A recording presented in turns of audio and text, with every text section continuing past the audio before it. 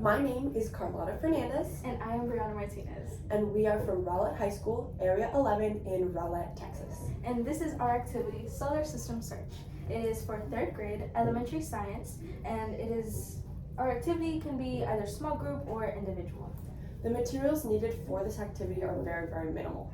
All you need is a bulletin board or something similar, some reusable adhesives such as Velcro, which is what we used. You could also do magnets, anything like that. Some cutouts of planet pictures, and some cutouts of planet names. Our TEKs for this activity, which are right here, is Earth and Space, where the students construct different models and identify the planets in their orders. The students should be able to work collaboratively if they're in a small group, or hold on their own if they're individual, and they should be able to use their previous knowledge in a new and creative way.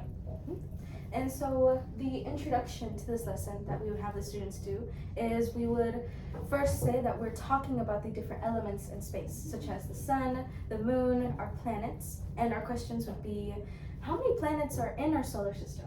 And what phrase can we use to help identify every planet? So our students will be able to identify the name and order of every planet in relation to the sun. The way that we would conduct this lesson is we would first go over that purple paragraph over there. That has all the information that the students need, such as the planet order, the planet names, some identifying factors for each planet, and all of that good stuff. We would then either divide them up into small groups, or we would have them do it individually, and they would be asked to take each planet picture and each planet name and place it where it belongs on the board.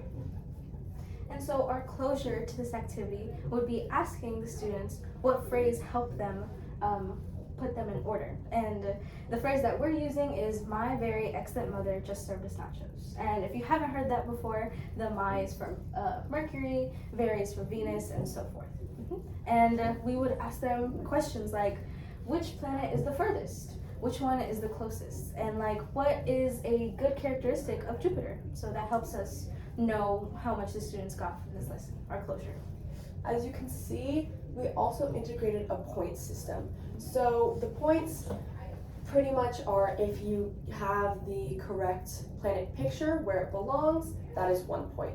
The correct planet name where it belongs, that is 2 points, and each planet picture that is matched with its correct planet name is an additional 1 point. So that is 24 points total. So if I took my Earth and I set it right there, that's 1 point.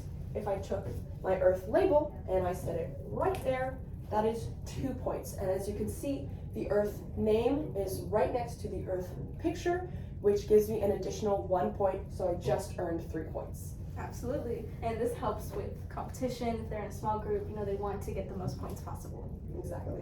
And as you can see, the board is very, very interactive, and that really helps children visualize. So assuming this is all done and we took everything out of our handy dandy planet pocket, it would help the students visualize where the planets are in the solar system, and it's so much more hands-on and tactile, which really integrates it into their brain.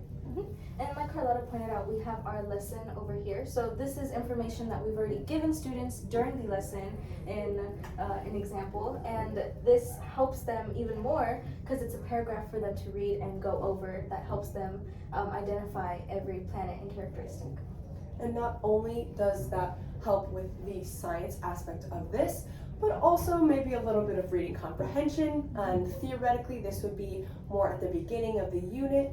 If we needed it to be more challenging, we might take away that little paragraph. We might add little places for them to write how far away each planet is, or how big each planet is, things like that. So obviously this can be modified to meet your needs and your students' needs. But in the end, it's just for students to identify the planets and help us see what they know about our solar system.